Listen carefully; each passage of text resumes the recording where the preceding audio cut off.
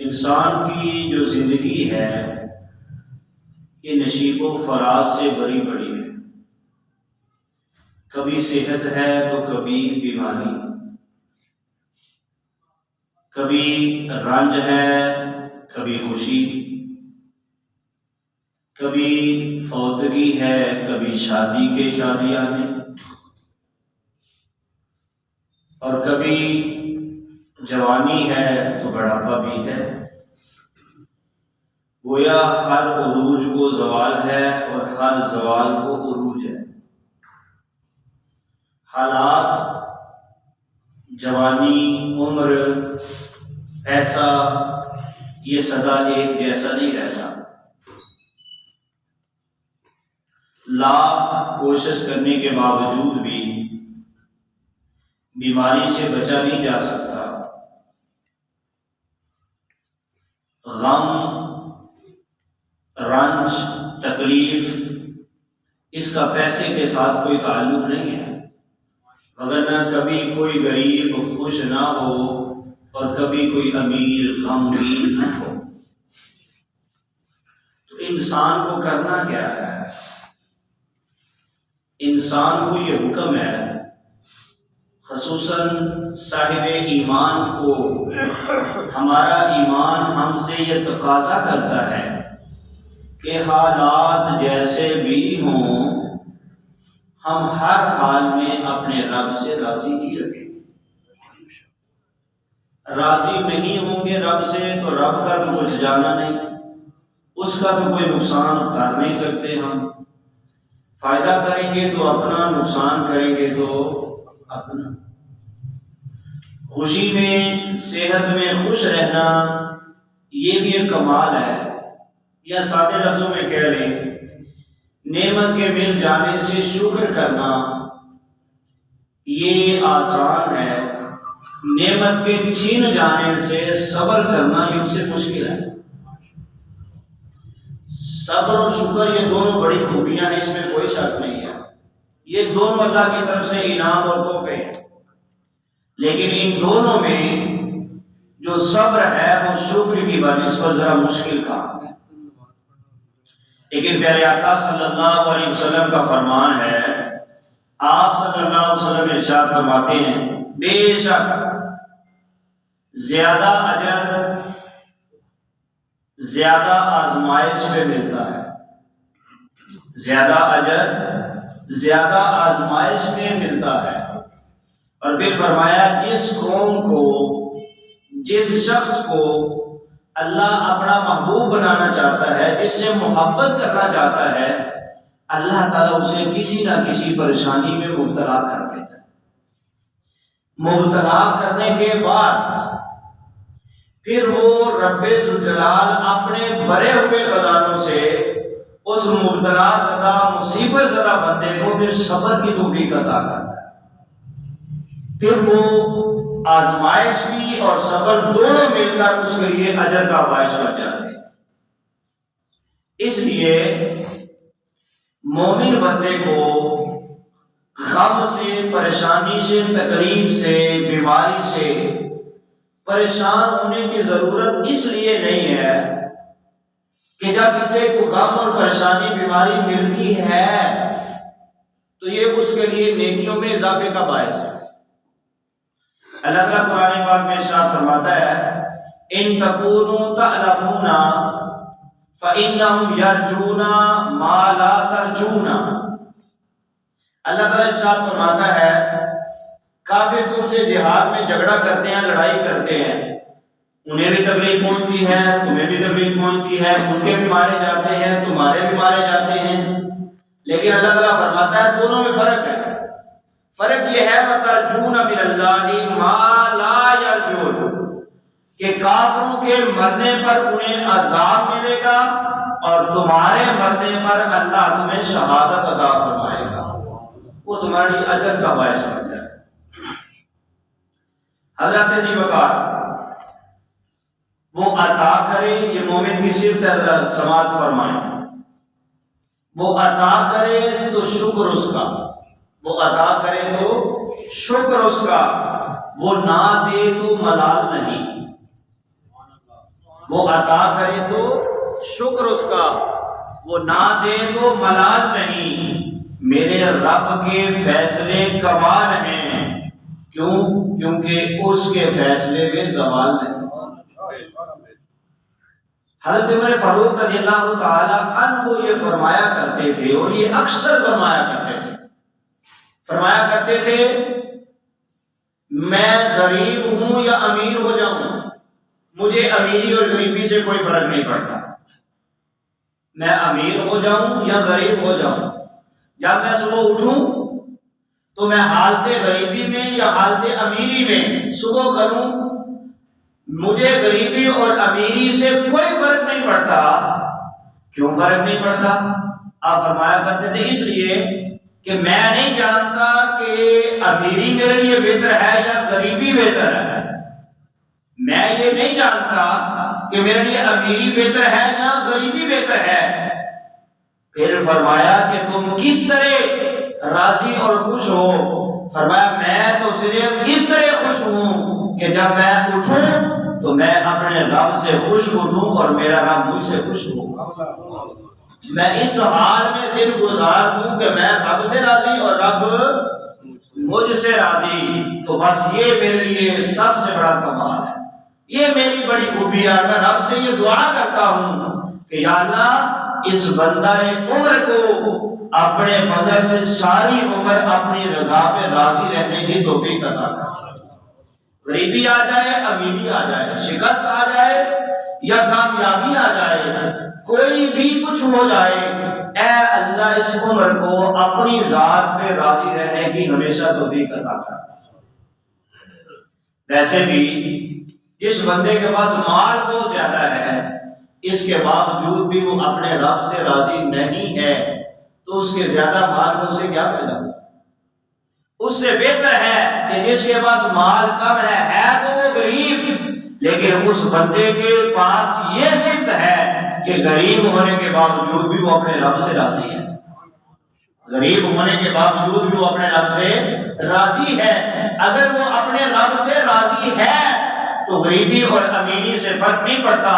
تو سیدنا عمر فاروق رضی اللہ تعالیٰ یہ فرمانا چاہ رہے تھے کہ لوگوں اگر تم رب سے راضی نہیں، رب تم سے راضی نہیں، تو تمہیں دنیا کائنات کی ہر چیز بھی مل جائے تو وہ تمہیں سود مند نہیں ہوگی، اس کا کوئی فائدہ نہیں ہے، کیونکہ یہ ساری چیزیں ہو سکتا ہے تمہیں رب سے دور کر۔ اللہ اکبر کبیرہ، کیا خوبصورت کمال کا جملہ ہے کہ جس دن میں رب سے راضی دن گزاروں وہ دن ہی میرے لیے سب سے افضل ہے، سب سے بہتر ہے۔ اور فرمایا کرتے تھے لیس العید لمن لبس الجدید انما العید لمن خاف الوعید۔ آپ فرمایا کرتے تھے کہ نیا لباس پہن لینے کا نام عید نہیں ہے، نیا لباس پہن لینے کا نام عید نہیں ہے، انما العید لمن خاف الوعید۔ اور فرمایا کرتے تھے جو دن بندے نے خوف خدا میں گزارا وہ دن اس کا عید ہے، جو دن اس نے اللہ کے خوف اور ڈر سے گزارا، اس نے کوئی گناہ نہیں کیا، وہ رب سے ڈر کر اس نے دن گزارا ہے، وہ اس کے لیے عید ہے۔ وَقَدْ لَيْسَ الْعِيدُ لِمَنْ لَبِسَ الْجَدِيدَ، عید نئے لباس پہننے کا نام نہیں ہے، عید ہے اپنے دل کے اندر خوف خدا پیدا کرنے اور اپنے رب کو راضی کرنے کا، اپنے رب کو راضی کرنے کا۔ دیکھیں اگر کوئی بندہ ہو کر اپنے رب سے راضی نہ ہو تو نقصان کس کا کر رہا ہے؟ ذرا بولے میرے ساتھ، کس کا نقصان کر رہا ہے؟ اللہ تعالیٰ کو نقصان ہے۔ اگر بندہ ہو کر اپنے رب کو راضی کر لے تو اس کے رب کا کیا فائدہ ہے؟ فائدہ کس کا ہے؟ اپنا۔ نقصان کس کا ہے؟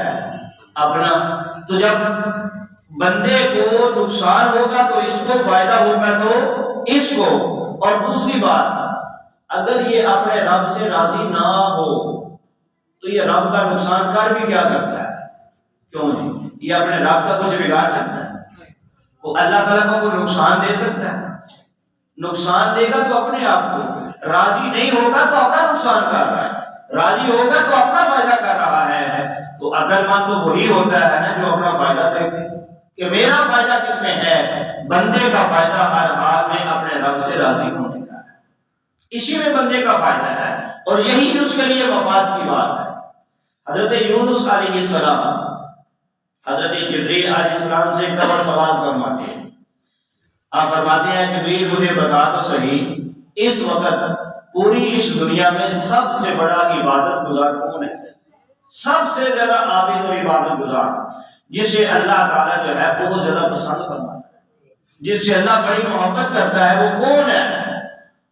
جبریل علیہ السلام نے کہا یونس آؤ میرے ساتھ، میں آپ کو اس بندے کا دیدار کرواتا ہوں۔ یونس علیہ السلام کو لے کر جبریل علیہ السلام نکلے، ایک شخص کے پاس گئے اور وہ شخص چارپائی پہ بیٹھا ہوا ہے اور اس کے بازو بھی نہیں ہیں، اس کی ٹانگیں بھی موجود نہیں ہیں اور اس کی زبان سے مسلسل یہی جملہ جاری ہے۔ وہ یہ کہہ رہا ہے اے میرے رب یہ ٹانگیں ہاتھ تیری دی ہوئی تھی، جب تک تو نے چاہا یہ میرے پاس رہی، اب تو نے واپس لے لی ہے۔ اے میرے رب میں بندہ ہو کے محتاج ہونے کے باوجود بھی تیرے عطا کرنے پر بھی اور تیرے واپس لینے پر بھی میں تجھ سے راضی ہوں۔ اے میرے رب تو بھی مجھ سے راضی ہو جا، میں تجھ سے راضی ہوں، تو بھی مجھ سے راضی ہو جا۔ یہ اصل بندے تھے، یہ کمال کے انسان تھے جنہیں اللہ تعالیٰ نے تکلیف میں بھی شکر کرنے کی توفیق عطا کی تھی، صبر کی نہیں۔ یہ تکلیف اور بیماری میں بھی شکر کر رہے ہیں، یا اللہ تیرا شکر ہے کہ تو نے اتنی دیر مجھے جو ہے وہ ساری نعمتیں عطا کی تھی، اب اگر تو نے لے لی ہیں تو کوئی بات نہیں، عطا کرنے والا بھی تو ہے، لینے والا بھی۔ اور زبان سے یہی جملے ہیں کہ اے میرے رب میں تجھ سے راضی ہوں، میں تجھ سے خفا نہیں ہوں، جب تو نے دیا تو نے ہی لیا، یا تو کسی اور نے لیا ہو تو پھر میں ناراض بھی ہوں۔ عطا کرنے والا بھی تو ہی ہے، واپس لینے والا بھی تو ہی ہے۔ میری کیا ضرورت ہوتی ہے کہ بندہ ہو کر اپنے رب سے ناراض ہو جائے؟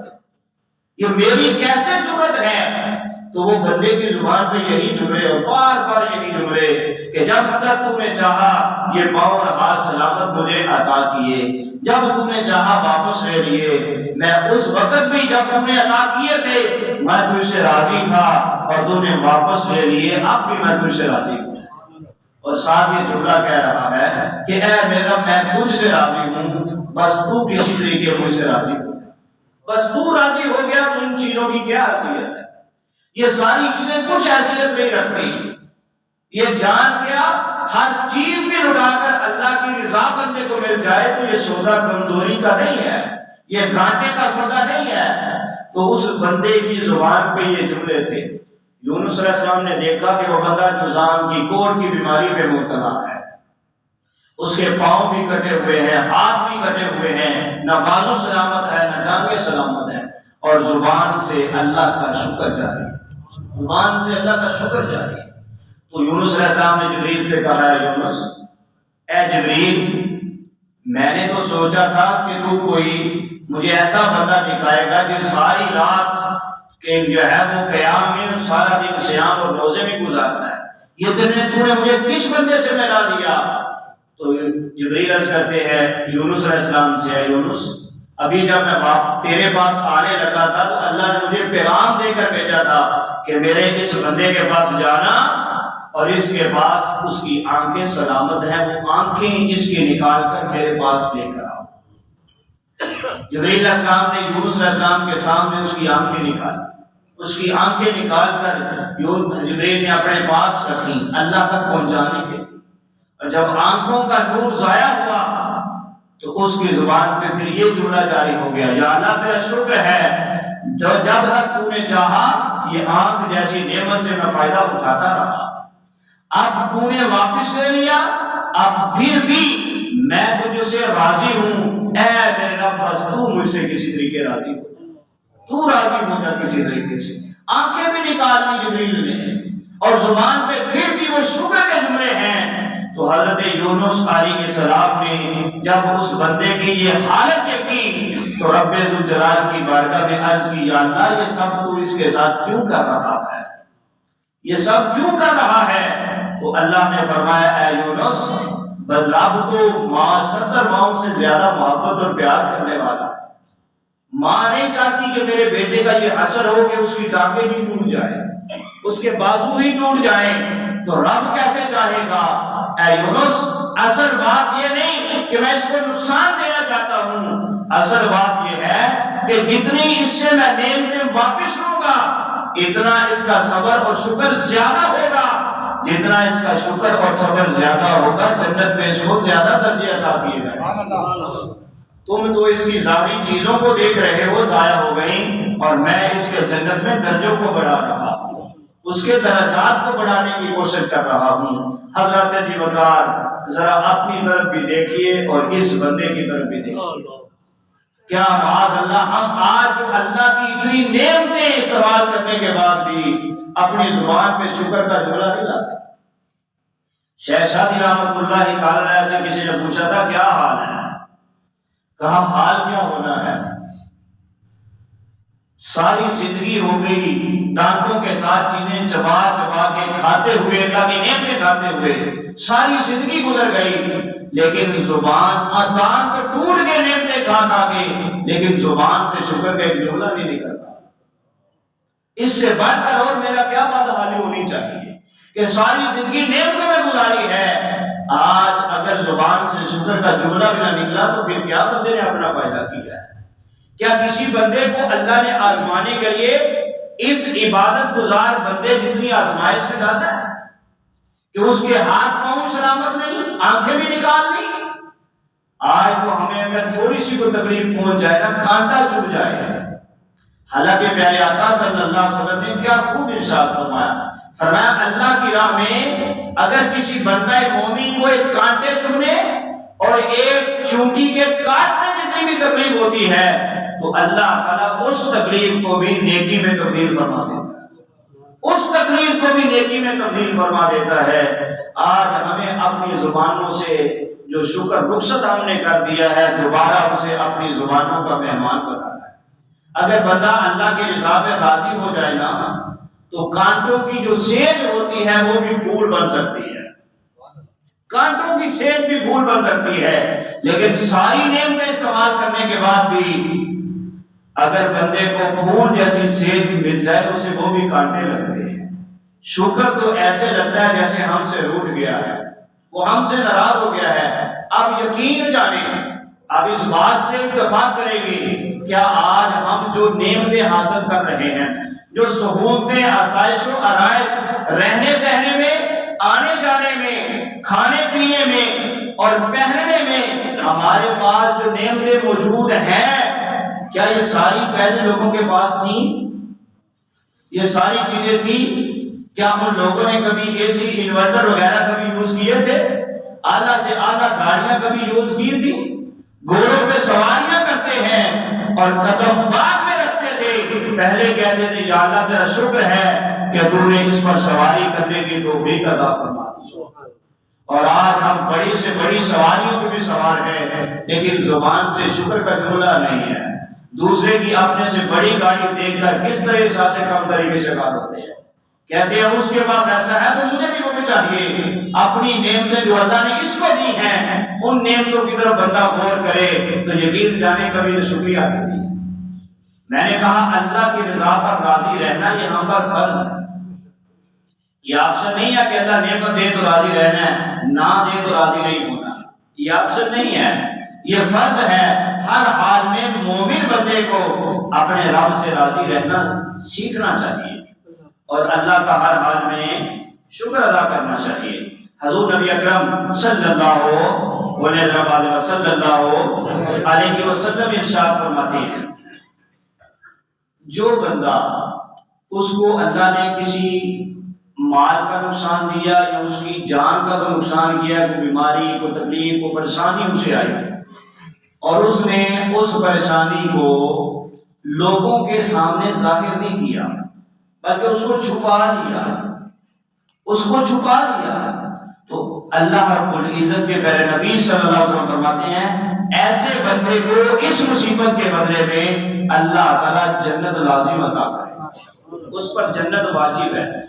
آج ہمیں تھوڑی سی تکلیف ہو جائے نا تو کیسے جملے نکالتے ہیں، پوری دنیا میں ہم نے ڈنڈورا پیٹتے ہیں، کہ مجھے فلاں تکلیف آ گئی، مجھے فلاں مسئلہ ہو گیا، میں ایسے ہو گیا، ویسے ہو گیا۔ جب بندے کو نعمتیں اس کے پاس تھیں، جب اس کے پاس مال تھا، اس وقت تو وہ کہتا تھا کسی کو پتہ نہ چلے، بینک میں رکھ لوں، تجوری میں رکھ لوں، لاکھ لگا کے رکھ لوں، کسی کو پتہ نہ چلے۔ وہ بھی تو اللہ کی نعمت تھی نا۔ جب نعمت ملتی ہے تو بندہ اس کو چھپاتا ہے، بندہ اس کو چھپاتا ہے کسی کو پتہ نہ چلے۔ تو جب بندہ اللہ نعمت واپس لے تو پھر وہ ظاہر کیوں کرتا ہے؟ اس کا مطلب ہے کہ وہ اب اپنے رب سے راضی نہیں ہے۔ سورہ فجر کے اندر اللہ تعالیٰ ارشاد فرماتا ہے فَأَمَّا الْإِنسَانُ إِذَا مَا ابْتَلَاهُ رَبُّهُ فَأَكْرَمَهُ وَنَعَمَهُ فَيَقُولُ رَبِّي أَكْرَمَنِ۔ انسان کا حال تو دیکھو، اللہ تعالیٰ فرماتا ہے جب اسے میں زیادہ رزق دیتا ہوں، جب اس کی مرضی سے زیادہ میں اس کو مال دیتا ہوں، فَأَكْرَمَهُ وَنَعَمَهُ، وہ بڑی عزت سے رہتا ہے اور بڑی نعمتیں حاصل کرتا ہے اور اپنی تعریفیں کرتا ہے۔ اگر کبھی یاد آ جائے تو فَيَقُولُ، پھر وہ یہ بھی کہہ دیتا ہے ربی اکرمن، کہ میرے رب نے مجھے عزت عطا کی ہے، میرے رب نے مجھے عزت عطا کی ہے۔ لیکن جب آزمانے کے لیے وَأَمَّا إِذَا مَا ابْتَلَاهُ، جب اللہ اسے آزمانے لگتا ہے نا فَقَدَرَ عَلَيْهِ رِزْقَهُ، اس پر اللہ اس کا رزق تنگ کر دیتا ہے، اور تنگ کرنے کے بعد وہ کیا کہتا ہے فَيَقُولُ رَبِّي أَهَانَنِ، وہ کہتا ہے میرے رب نے تو مجھے ذلیل کر کے رکھ دیا، میرے رب نے مجھے ذلیل کر کے رکھ دیا۔ جب نعمت ملی تو اس نے کہا میرا کمال ہے، میں نے کمائی ہے، یہ سب کچھ میں نے کیا ہے۔ جب نعمت واپس ملی تو کہنے لگا یہ اللہ کا قصور ہے، یہ معاذ اللہ تعالیٰ کا سارا قصور ہے، اگر اللہ نہ چاہتا تو یہ ساری میرے پاس ہی رہتی، یہ میرا کوئی قصور نہیں ہے۔ اس وقت وہ اللہ تعالیٰ کو جو پر الزام لگانا شروع کر دیتا ہے۔ اللہ اکبر کبیرہ۔ دنیا میں بندہ چاہتا ہے اسے کوئی تکلیف نہ ملے، ہر بندہ چاہتا ہے، اور اللہ سے یہ دعا بھی کرنی چاہیے اللہ تکلیفوں سے محفوظ فرمائے۔ لیکن اس کے باوجود بھی آپ کو پتا ہے بندہ لاکھ کوشش کرے تکلیف اور پریشانی پھر بھی آئے، اللہ تعالیٰ بندے کو اصل میں چیک کرتا ہے، دیکھتا ہے کہ اس کا ایمان کہاں پہنچ جائے۔ اللہ نے جو نماز فرض کی ہے نا، اور آپ کو پتا ہے کہ نماز فرض کرنے میں اللہ کی حکمتیں بڑی، ایک حکمت یہ بھی ہے کہ حضور صلی اللہ علیہ وسلم فرماتے ہیں جس بندے نے فجر اور عصر کی نماز چھوڑ دی فَكَأَنَّمَا هُدِرَ أَهْلُهُ وَمَالُهُ، وہ یہ سمجھے کہ اس کا گھر بار اور سارا مال تباہ ہو گیا، اس نے بہت بڑا نقصان کر دیا۔ وہ سمجھتا میں نے نماز ہی چھوڑی ہے، حضور فرماتے ہیں اس نے سمجھو کہ اپنا سب سے بڑا نقصان کر دیا۔ اللہ تعالیٰ نے نماز فرض کی اور پھر اللہ تعالیٰ نے تجارت کرنے کا، دکانداری کا، کاروبار کا بھی حکم دیا۔ اب پرانے کاروبار جب نماز کا وقت آتا ہے تو اللہ تعالیٰ بندے کو چیک کرتا ہے، دیکھتا ہے میں دیکھوں کہیں ایسا تو نہیں ہے کہ تجارت کی اور کاروبار کی اس کے دل میں مجھ سے زیادہ محبت تو نہیں آ گئی، مطلب دیکھو تو صحیح کہ یہ مجھ سے زیادہ محبت کرتا ہے یا دکانداری سے زیادہ محبت کرتا ہے، اس کو مجھ سے زیادہ محبت ہے یا کاروبار سے زیادہ محبت ہے۔ اللہ تعالیٰ بندے کو دیکھتا ہے، کب چاہتا ہے جس نے نعمتیں ہمارے لیے کھانے پینے کے لیے پیدا کی ہیں وہ کب چاہے گا کہ وہ روزوں کے اندر میرا بندہ بھوکا رہے، سحری میں بھی رب کھلاتا ہے، تاری میں بھی رب ہی کھلاتا ہے۔ تو پھر درمیان میں اللہ تعالیٰ صرف دیکھتا ہے کہ 11 مہینے میں اس پر کوئی پابندی نہیں لگائی، جب چاہے جتنا چاہے کھائے پیے، اس کو کوئی اختیار ہے کر لے یا اپنی مرضیاں کرے، مجھے کوئی اعتراض نہیں۔ اللہ تعالیٰ 1 مہینہ اس کو مخصوص وقت کے لیے کھانے پینے سے روک کر یہ دیکھنا چاہتا ہے کہیں ایسا تو نہیں کہ کھانے پینے کی کہیں اس کے اندر زیادہ محبت تو نہیں آ گئی، اپنے رب کو تو نہیں بھول گیا، میں ذرا دیکھوں تو صحیح، چیک تو کروں اسے کہیں کھانے پینے کی محبت میری محبت پہ غالب تو نہ آ گئی۔ رب تعالیٰ بندے کو دیکھتا ہے، چیک کرتا ہے اور مختلف اوقات میں اس کے ساتھ تھرمامیٹر لگاتا ہے کہ اس کا ایمان کہاں تک پہنچا ہے، کہیں اس کے اندر کھانے پینے کی محبت زیادہ تو نہیں آ گئی۔ 11 مہینے یا اپنی مرضی سے جب چاہتا ہے اپنی بیوی کے ساتھ جو ہے وہ رات گزارتا ہے، اپنی بیوی کے ساتھ رہتا ہے، روزوں کے اندر دن کے وقت مخصوص وقت میں یہ دیکھوں تو صحیح کہیں ایسا تو نہیں کہ بیوی کی محبت اتنی زیادہ ہو گئی کہ رب کو پیچھے چھوڑ دیا۔ وہ چیک کرتا ہے کہ بیوی کی محبت غالب تو نہ آ گئی، میں چیک کروں ذرا کہیں مال کی محبت زیادہ تو نہیں آ گئی مجھ سے، کہیں کھانے پینے کا زیادہ شدائی تو نہیں ہو گیا مجھ سے بھی زیادہ کھانے پینے سے محبت تو نہیں شروع کر دی؟ اور پھر اللہ تعالیٰ نے سال میں ایک دفعہ زکوٰۃ فرض کی، اور وہ زکوٰۃ بھی فرض کی صرف اس لیے، اللہ تعالیٰ فرماتا ہے 11 مہینے جتنا مرضی کما، کھا، خرچ کر، جمع کر، جو مرضی کر، اسلام تجھے اجازت دیتا ہے حلال طریقے سے ہو تو جتنا مرضی اس کو جمع کر لے، جتنا مرضی کھا لے، کوئی ممانعت نہیں، لیکن جب اس کی زکوٰۃ نہیں دے گا تو پھر اس کی ممانعت ہے۔ اسلام میں زیادہ کمانے، زیادہ مال جمع کرنے کی ممانعت نہیں ہے، ممانعت تب ہے جب بندہ جمع کرتا جائے اور اس کی زکوٰۃ نہیں دے۔ اگر زکوٰۃ دیتا رہے تو جتنا مرضی جمع کرے، شریعت اسے منع نہیں کرتی، جو مرضی کھائے، جتنی مرضی مہنگی گاڑیاں استعمال کرے، 1 کنال کی بجائے 10 کنال میں رہے، جہاں مرضی رہے، لیکن جب اس پر زکوٰۃ فرض ہو تو پھر اس کی زکوٰۃ دے دے تو یہ ساری چیزیں اس کے لیے نعمت بن جائیں گی اور برکت اور اجر کا باعث بن جائیں گی۔ تو اللہ تعالیٰ سال میں ایک دفعہ یہ اس کو وافر مال دیتا ہے اور سال میں ایک دفعہ آزماتا ہے۔ میں چیک کروں ذرا کہ کہیں مال کی محبت زیادہ تو نہیں ہو، کیا میرا حکم یہ زیادہ جو ہے وہ اس کے اندر میری محبت زیادہ ہے یا مال کی محبت زیادہ ہے؟ بس اللہ تعالیٰ بندے کو وقتاً فوقتاً آزماتا ہے، چیک کرتا ہے، اور اس آزمائش کا قطعاً یہ مطلب نہیں ہوتا کہ اللہ اپنے بندے سے ناراض ہو گیا، اس لیے اللہ نے اسے آزمائش میں تکلیف میں مبتلا کر دیا ہے۔ نہیں، اس کا مطلب یہ ہوتا ہے کہ بندہ جب اللہ کسی بندے کو تکلیف میں مبتلا کرتا ہے تو تکلیف میں، خوشی میں تو نہیں، جب تکلیف میں ہوتا ہے تو اپنے رب کو یاد کرتا ہے کہ نہیں؟ کیوں نہیں؟ تو یہ بتائیں، اس نے بندے کو تکلیف دی ہے اس لیے تو رب کو بھول گیا تھا، اس نے تکلیف دی تاکہ اب مجھے یاد کرے۔ اگر اللہ تکلیف نہ دیتا اور رب کو یاد نہ کرتا تو بتائیں نقصان تو بندے کا ہی ہونا تھا۔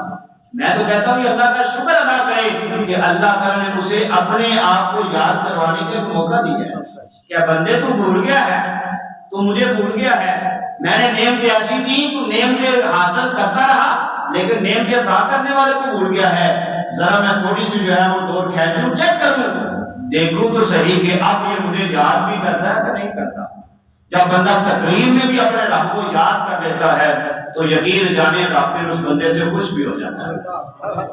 آخری حدیث عرض کر کے اجازت چاہتا ہوں۔ حضور صلی اللہ علیہ وسلم ارشاد فرماتے ہیں جب کوئی شخص خوشی میں، صحت میں، امیری میں اپنے رب کو یاد کرتا ہے تو جب اسے کوئی تکلیف آتی ہے، کوئی غریبی آتی ہے، پریشانی آتی ہے تو پھر اس کا رب اسے یاد کرتا ہے۔ پھر کیا ہوتا ہے؟ خوشی میں اس نے اپنے رب کو یاد رکھا، غمی میں اس کے رب نے اسے یاد رکھا۔ اور رب بندے کو یاد کرے تو یہ بندے کی صفت نہیں ہے، یہ انعام نہیں ہے بندے پر کہ رب نے بندے کو یاد کیا ہے۔ اس سے بڑھ کر اور کیا انعام چاہیے کہ رب نے بندے کو یاد کیا ہے۔ فَاذْكُرُونِي أَذْكُرْكُمْ وَاشْكُرُونِي وَلَا تَكْفُرُونِ۔ اللہ تعالیٰ فرماتا ہے تم مجھے یاد کرو میں تمہیں یاد کروں، اور اگر تم مجھے یاد نہیں کرو گے تو پھر مجھے اپنے آپ کو یاد کروانا آتا ہے۔ پھر مجھے پتا ہے کہ میرا بندہ کیسے مجھے یاد کرتا ہے۔ اگر خوشی میں یاد نہیں کرتا تو پھر میں غمی دے دیتا ہوں، اگر وہ مجھے خوشیوں میں یاد کرتا رہے تو پھر میں اسے غمی نہیں دیتا، تکلیف نہیں دیتا، کیونکہ اصل مقصد تو یہ ہے کہ میرا بندہ مجھے یاد کرے، بھول نہ جائے۔ اور جب بندہ خوشی میں، صحت میں اپنے رب کو یاد رکھے تو پھر اللہ پورا وقت لاتا ہی نہیں، پورا وقت بندے پہ آتا ہی نہیں ہے۔ اللہ تعالیٰ سے دعا ہے کہ اللہ رب العزت نے جو سمجھنے، سمجھانے، سننے، سنانے کی توفیق عطا کی ہے، اللہ تعالیٰ اس کو ساری زندگی اپنانے کی توفیق نصیب فرمائے۔ وما علیہ الا البلاغ۔